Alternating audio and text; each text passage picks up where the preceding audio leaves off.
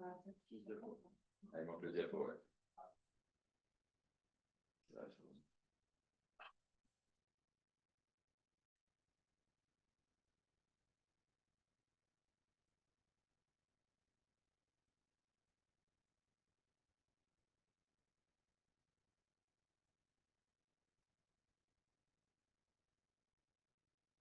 Tu peux peut-être te présenter en attendant, parler un peu de toi, nous raconter ta vie.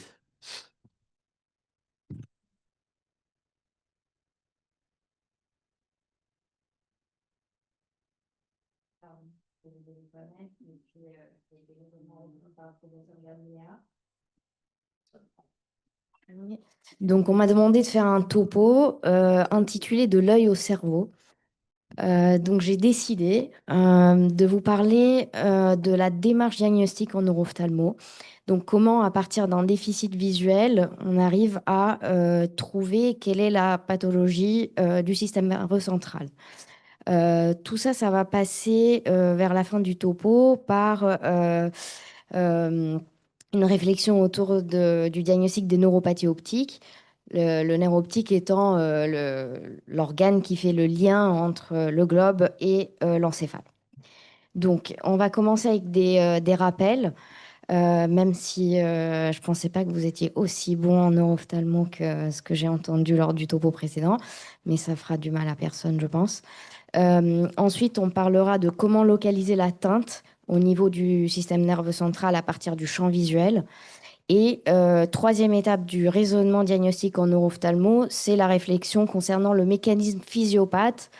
Et donc, on va l'appliquer à l'exemple des neuropathies optiques. Et la dernière étape, c'est celle de connaître l'étiologie, donc la cause de la neuropathie optique, afin de pouvoir introduire un traitement ou une prise en charge curative, palliative, etc.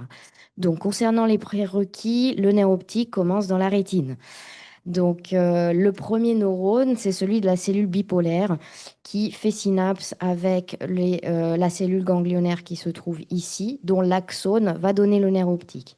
Donc ici, c'est la coupe OCT que tout le monde connaît. En blanc, tout en haut du gâteau, on a l'RNFL. Et juste en dessous se trouvent les corps des cellules ganglionnaires. Ça, c'est ce qui va être mesuré par l'Heidelberg ou le Zeiss pour donner les GCC. C'est important parce que on verra ensuite que faut connaître la physiologie et l'anatomie pour pouvoir s'aider dans le diagnostic. Donc, ce schéma-là est très important. Une fois que les cellules ganglionnaires donnent un axone, et ben, ces axones s'organisent d'une façon assez spécifique pour rentrer dans le foramen, dans l'ouverture de la membrane de Brooke et créer le nerf optique. Donc, ce qui est très important, c'est que se trouve ici, il y a un faisceau de, de fibres RNFL qui s'appelle le faisceau interpapillomaculaire et qui transporte l'information visuelle de la fovea. Donc, c'est ce qui assure notre acuité visuelle. Ici et ici, il y a deux zones très denses en fibres, en temporale supérieure et inférieure. On veut voir pourquoi ces zones-là sont importantes. Et puis, il y a le versant nasal qui est un tout petit peu moins dense. Donc, vous savez bien que une atteinte supérieure donne un scotome inférieur au champ visuel et une atteinte nasale donne un scotome temporal sur le champ visuel et vice-versa. Donc ça, c'est donc la suite des voies visuelles. Une fois que le nerf optique est formé, on arrive au niveau du chiasma. Les fibres nasales croisent alors que les temporales restent homolatérales au nerf optique qui les a générées. Et on a la deuxième synapse qui aura lieu ici au niveau du ganglion géniculé latéral. Et donc, on a le troisième neurone qui part à ce niveau-là dans les bandelettes optiques, ensuite radiation optique. Les radiations optiques, c'est très important, elles ont deux faisceaux, un supérieur qui est collé au pariétal et un inférieur qui est collé au temporal. Et ensuite, ça se termine au niveau du cortex visuel primaire, occipital, dans la fissure calcarine. Donc ici, vous verrez après, mais ça, ces images colorées là, c'est la rétinoscopie au niveau du ganglion géniculé latéral. Et puis au niveau du sillon calcarin, ça va être très utile par la suite quand on va étudier les champs visuels. Donc la deuxième étape, après celle de connaître l'anatomie et la physiologie des voies visuelles, c'est celle de localiser l'atteinte. Pour ça, il nous faut un champ visuel. Donc vous connaissez par cœur, j'espère, ce schéma, mais on va le décortiquer un tout petit peu ensemble. Donc c'est assez simple. Si l'atteinte est unilatérale, l'atteinte est forcément préchiasmatique. Qu'est-ce qu'il y a en préchiasmatique? Trois choses. Le nerf optique, la rétine et puis les milieux oculaires qui peuvent également donner une baisse de vision unilatérale. Donc, ce que je voulais vous montrer sur cette photo, c'est ce que je vous ai déjà dit, enfin, c'est pas une photo, ce schéma, ce que je vous ai déjà dit avant, c'est-à-dire qu'une atteinte du nerf optique qui donne un déficit fasciculaire inférieur donne, eh ben, au niveau du champ visuel en frais, un arciforme supérieur. Et si on a ici deux faisceaux, un au-dessus et un en dessous, ça va nous créer un déficit concentrique avec épargne du point de fixation central. Parce que le point de fixation central, il est desservi, entre guillemets, par le faisceau interpapillomaculaire qui est juste là et qui donc est épargné si on a cette partie-là et cette partie-là qui sont atteintes. Donc, l'hémianopsie bitemporale, on la connaît, c'est facile, c'est le chiasma. Par contre, quand c'est bilatéral et postérieur au chiasma, il y a des cas à connaître. Donc, si on est en présence d'un déficit latéral homonyme, ça veut dire qu'il respecte la ligne médiane et qu'il est du même côté pour l'œil gauche et l'œil droit, donc soit à droite pour l'œil gauche et l'œil droit, soit à gauche pour l'œil gauche et l'œil droit, c'est une atteinte rétrochiasmatique. L'HLH complète n'est pas localisatrice. Ça peut être toutes les voies visuelles rétrochiasmatiques. Quand on a une quadranopsie inférieure, c'est forcément le faisceau supérieur des radiations optiques, celui qui est collé au lobe pariétal. Si la quadranopsie est supérieure, c'est le faisceau inférieur des radiations optiques qui est collé au lobe temporal. Ils appellent ça une flying pie, les Anglais. Bon, ok. Et ça, c'est l'inverse de la flying pie. Ça, c'est aussi très intéressant. On aura l'occasion d'en parler juste ensuite. Ça, c'est une HLH avec épargne maculaire. Je vous dirai d'où ça sort. C'est une atteinte du lobe occipital assez spécifique. Donc, si c'est bilatéral, mais il n'y a pas de respect du méridien vertical, et ben, ce n'est pas les voies visuelles rétrochiasmatiques, c'est devant fois deux. Deux nerfs optiques, deux rétines ou deux kératocones. Alors, juste des petits focus pour pas être perdu devant des champs visuels étranges. La sectoranopie. La sectoranopie est une atteinte en forme de pizza, de part de pizza présente ou absente, comme vous pouvez voir. Et elle est liée très spécifiquement à une atteinte du ganglion géniculé. C'est la rétinotopie que vous voyez ici des ganglions géniculés qui fait que lorsque c'est atteint par n'importe quoi, une atteinte ischémique, inflammatoire, etc., et ben, ça donne cette forme-là. L'autre type de présentation de champ visuel avec atteinte bilatérale intéressante, qui est assez fréquent, parce qu'on a dans les services, on a beaucoup de tumeurs chiasmatiques, des adénomes hypophysaires, des craniopharyngiomes. Donc, quand on a une compression du nerf optique postérieur juste avant le chiasma, ça fait un syndrome jonctionnel. Ça donne un nerf optique plus l'écrasement de ce faisceau-là. Ce faisceau-là transporte les fibres inféronasales du nerf contralatéral et ça fait une boucle qui s'appelle le genou antérieur de Willebrand. Et ça, comme c'est des fibres qui sont inférotemporales, ça va donner un déficit supéronasal. Non, c'est les inféronasales qui donnent les supérotemporales. Désolée. Là, donc une fois qu'on sait où on se trouve au niveau des voies visuelles, il faut qu'on commence à réfléchir quel est le mécanisme physiopathologique de l'atteinte. On va faire l'exemple des neuropathies optiques qui est vraiment lumineux. Donc moi, j'utilise toujours en consultation tous les jours. Depuis que j'ai compris ce truc, c'est beaucoup plus simple. Il y a 5 cases, c'est comme le CN. ischémique, compressif, pressionnel, inflammatoire infectieux, et puis dans la même case, toxique carentiel héréditaire. Ça, c'est pour les neuropathies optiques. Après, on adapte ça aux atteintes chiasmatiques et aux atteintes rétrochiasmatiques. C'est pas tout à fait les mêmes mécanismes physiopathologiques à chaque fois, mais la neuropathie optique, c'est vraiment ce qu'on voit le plus dans les services. Et, euh, et donc, je vous présente par praticité. Donc, cette diapo suffit pour diagnostiquer la plupart des neuropathies optiques. C'est une diapo du docteur Lamirel et il l'utilise pour sonder glaucome et je me la traîne depuis le 4e semestre. Donc, je vais commencer par en bas. Ce qu'ils ont en commun, les héréditaires toxiques carentiels et on va dire, je vais commencer par les toxiques carentiels et héréditaires, vous vous souvenez, hein, c'est le numéro 5. Qu'est-ce qu'elles ont en commun? Eh ben, c'est que ça donne des scotomes centraux, donc une baisse d'acuité visuelle. Pourquoi? Parce que c'est une atteinte du faisceau interpapillomaculaire. C'est une atteinte purement temporale et purement de ce faisceau-là. Pourquoi? Eh ben, parce que ça soit les toxiques, les carentiels ou les héréditaires, ça va jouer sur le métabolisme énergétique des cellules ganglionnaires. Et cette zone-là, interpapillomaculaire, c'est des neurones extrêmement énergivores. Ils doivent transmettre une information visuelle fondamentale de façon continue et soutenue. C'est notre acuité visuelle qui est en jeu. Et du coup, il leur faut énormément de mitochondries. Et dès que une vitamine qui est coenzyme mitochondrial, un gène mitochondrial ou un produit toxique pour le fonctionnement du cycle de Krebs, c'est la production de l'ATP, et ben, ça va entraîner la mort de ces cellules, le scotome central et la baisse d'acuité visuelle. Donc, comme dit Monsieur Lamirel, là, vous voyez bien, c'est toujours atteinte de l'acuité visuelle et du seuil fovéolaire sur le champ visuel et de la vision des couleurs, entre autres.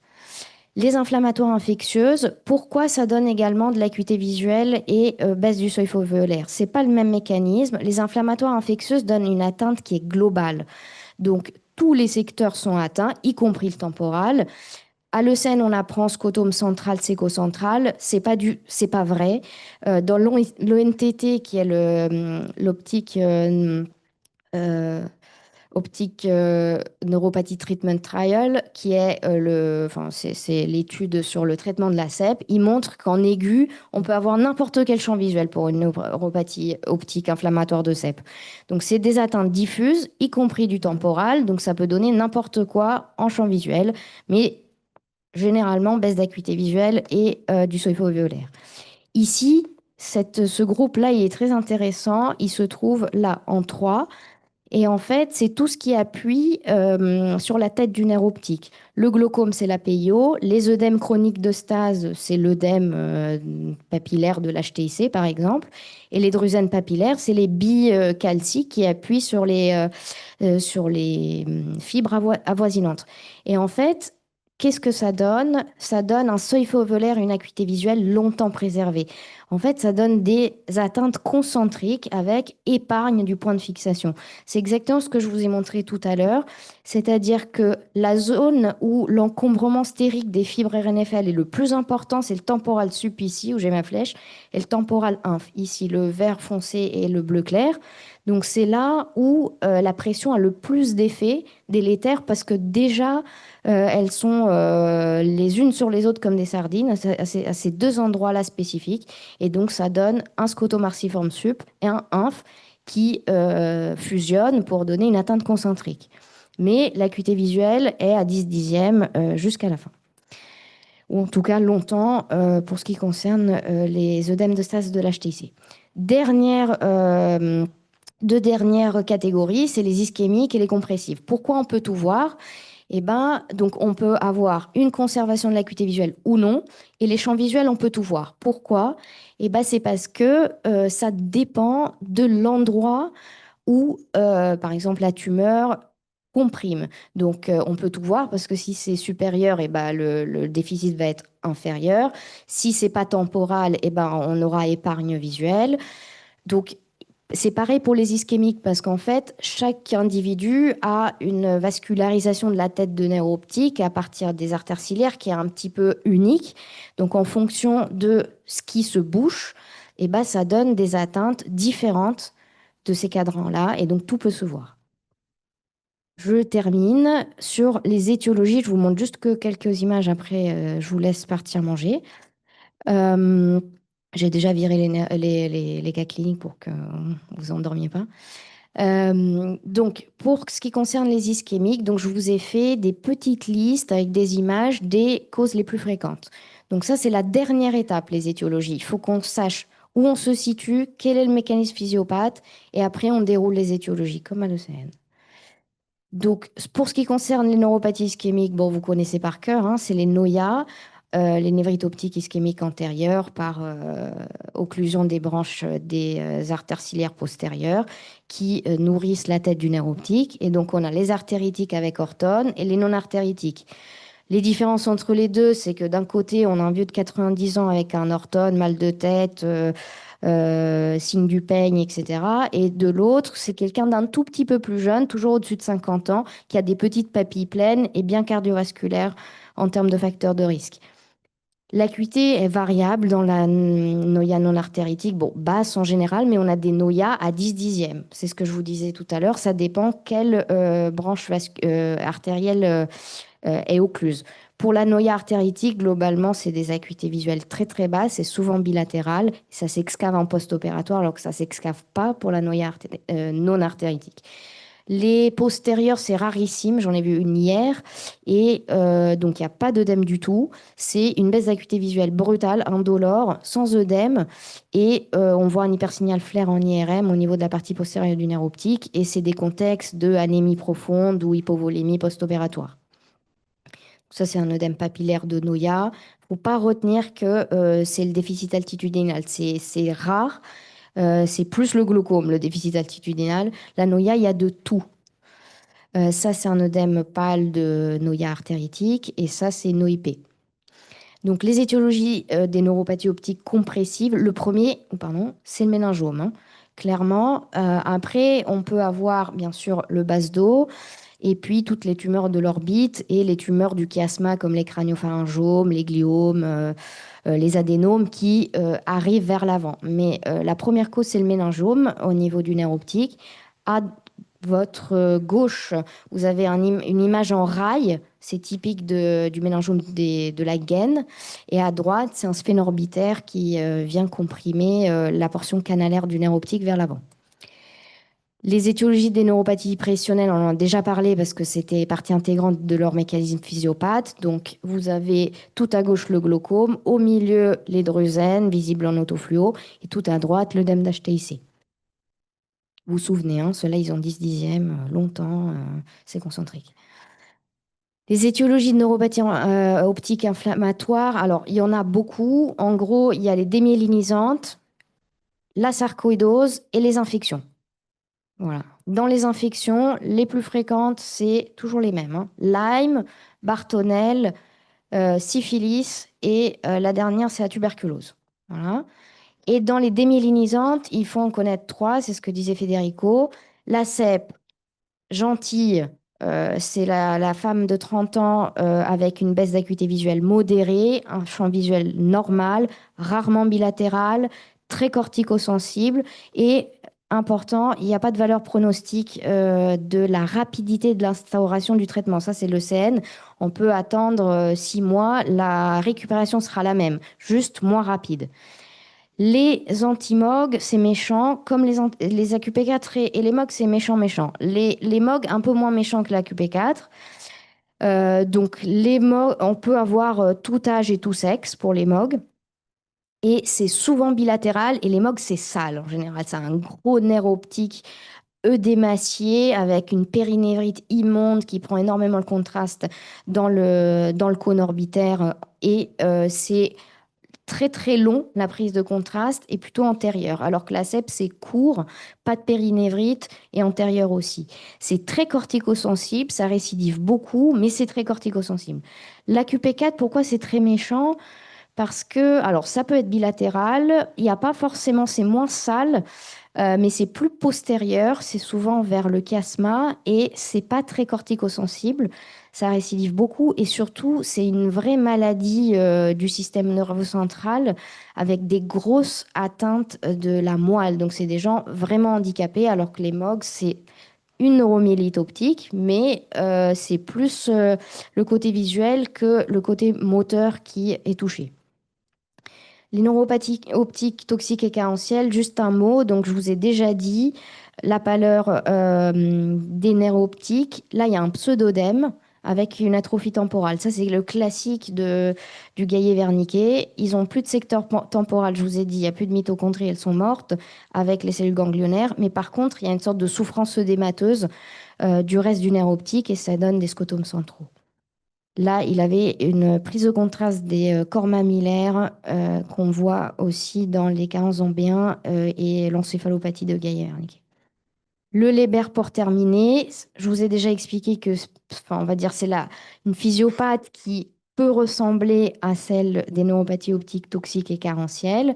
C'est une mutation d'un gène, de plusieurs gènes mitochondriales, c'est la transmission maternelle, tout âge, tout sexe, ça peut être de 0 à 99 ans, homme ou femme. Et en fait, ça commence aussi par un pseudodème. Donc, on retrouve quand même de la sémiologie similaire en plus de la physiopathologie. Donc, vous voyez le pseudodème qui se voit en plus en RNFL et les petites télangiectasies qui sont ultra classiques. Ça, c'est un début de Leber. Donc, il a déjà une baisse d'acuité visuelle, on a vu, hein, ça donne, c'est toujours le faisceau interpapillomaculaire. Ah, ils sont là, les points déficitaires, au centre. Et après, bon, ça finit en Goldman avec un énorme scrotum central et le nerf optique s'excave et leur NFL devient tout rouge. Donc ça, je vous l'ai mis parce que on parle quand même de l'œil au cerveau. Et dans les lébères, il y a des gros hypersignaux T2 flair sur toutes les voies visuelles. Et ce n'est pas inflammatoire, c'est métabolique. Merci.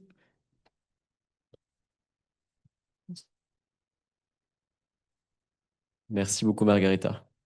J'ai beaucoup dépassé. C'était des images de l'étude qu'on avait faite dans le service il y a 8 ans chez Vignal, la dernière. On avait fait justement une étude. C'est récent, c'est quelque chose de récent, mais on en voit souvent. Voilà. Est-ce que quelqu'un a des questions? On a faim. La neuro-ophtalmologie, domaine compliqué mais passionnant. Ouais, merci Margarita. Moi j'ai une question. Qu'est-ce qu'on fait aujourd'hui dans le Leber?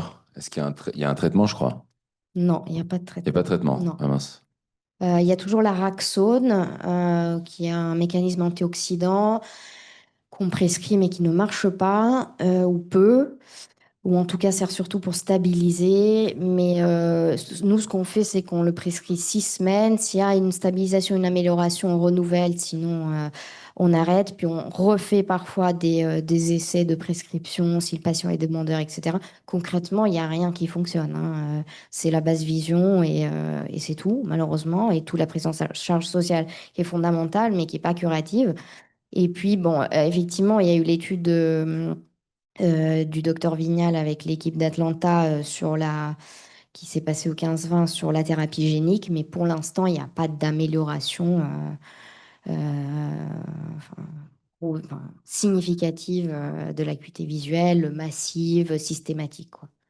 Je pense que le plus important aussi, c'est chez ces patients, limiter au maximum le stress mitochondrial, donc le Mm. tabac, Ça, l'alcool, c'est très, très via important, la ouais. vitaminothérapie, etc. Qu'on leur dit, ouais, c'est éviter tout facteur de risque cardiovasculaire, effectivement, tabac, alcool, puis les médicaments neurotoxiques. Top. Il y avait une question.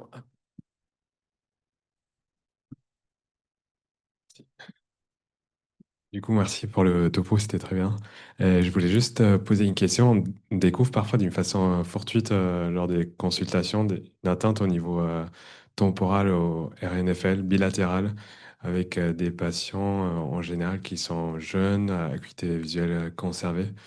Est-ce qu'il faut pousser le bilan et dans quel cas on retrouve ce genre d'atteinte? Alors ça, c'est un sujet qui me turlupine depuis un petit moment parce que je trouve que c'est souvent des mélanodermes. C'est assez régulièrement des mélanodermes. J'en ai parlé avec Madame Vignal qui m'a dit, t'as rêvé. Bon, ok, mais on ne peut pas faire d'études avec une classification raciale. Donc, de toute façon, on pourra pas, je ne pourrai pas regarder les RNFL de tous mes patients mélanodermes en consultation et les comparer aux caucasiens. Mais je trouve que c'est quand même au moins plus de 50% des fois, c'est des mélanodermes, mais c'est vrai que pas toujours. Alors, ça peut, je me suis dit que ça peut venir soit d'une question de segmentation du RNFL. Ils sont dans le 5% en dehors de la normale, mais enfin, sous la courbe de Gauss, en fait, finalement, le 1% du coup. Soit c'est juste ça, soit effectivement, il y a des caractéristiques ethniques qui font que très important, le Heidelberg n'a pas de patients noirs dans sa base de données, à partir de laquelle ils ont généré les statistiques pour nous donner le vert, jaune, rouge. Donc peut-être qu'en fait, ils ont des caractéristiques qui ne sont pas prises en compte par leurs statistiques. Et puis, pratiquement, je fais quoi? Je regarde le GCC. Si le GCC est subnormal, qu'ils n'ont rien au champ visuel, rien du tout en termes d'acuité visuelle, de vision des couleurs, je les laisse tranquilles. S'ils ont un GCC effondré et que le champ visuel a des petits scotomes centraux, etc., et ben à ce moment-là, je fais ce qu'on appelle, nous, à la Fonda, un bilan de neuropathie optique, qui est enregistré dans le Softalmo. Mais en gros, c'est les vitamines, les principales sérologies infectieuses, et puis il y a quelques éléments pour les métaboliques. Et puis, en général, ils ne trouvent rien et en général, on s'arrête là. Mais bon, s'il faut corréler avec la clinique. Mais il y a quelque chose hein, là-dessous, je suis d'accord avec toi que c'est assez fréquent. Je suis entièrement d'accord avec toi. Globalement, c'est surtout les bases de données qui ont été faites justement sur des caucasiens, des patients hispaniques et pas du tout d'afro-américains. Et on n'a pas le droit de faire cette étude, mais tu pourrais quand même la faire sans la publier. Mais c'est globalement plutôt chez des patients blacks qu'on retrouve ces petites anomalies. Et encore une fois, on ne traite pas un OCT, on traite surtout un patient. S'il n'y a pas de plainte, le RNFL est subnormal, tu as un petit peu de rouge quelque part, tu recontrôles au bout de 3 à 6 mois, Ouais, la tu fais un petit stabilité. bilan, il n'y a jamais rien. Et pareil, atteinte du GCC avec un RNFL normal, euh, quand même relativement rare chez le patient asymptomatique, on n'en fait pas grand-chose. Ça arrive plus rarement Ouais. que l'inverse. Ouais. En fait, quand tu fais plein d'examens à plein de gens, parce que c'est ce qui est fait malheureusement de plus en plus, RNFL, GCC, tu vas trouver des choses. Est-ce que tu en fais quelque chose? Pas du tout. Il y a la segmentation aussi. Oui, oui, oui, oui, c'est à segmentation normale, on va dire. Ouais. Voilà. Et Oui. par contre, un truc hyper intéressant dans ton topo, et je pense qu'on le répète pas assez, c'est la différence entre les neurones qui viennent au niveau de la macula, qui sont très espacés, mais qui derrière ont une très forte demande énergétique, et derrière les deux paquets de fibres qu'on a en supérieur et inférieur. Et ça, en tant que glaucomatologue, nous, c'est quelque chose qui est hyper important, parce qu'on a les atteintes du glaucome classique avec la pression élevée qui va d'abord atteindre les paquets supérieurs et inférieurs, alors que chez des patients qui ont des glaucomes à pression normale, on a des phénomènes ischémiques qui jouent énormément. On va avoir plutôt une atteinte centrale avec typiquement les petits scotomes artiformes centraux, alors qu'il n'y a pas de grosse atteinte de la périphérie du champ visuel. Voilà, il faut juste connaître les mécanismes physiopathes, le reste vient tout seul. Ça donne envie de faire de la neuroph. Qui veut faire de la neuroph ici? C'est bien. De la HRF et rétine?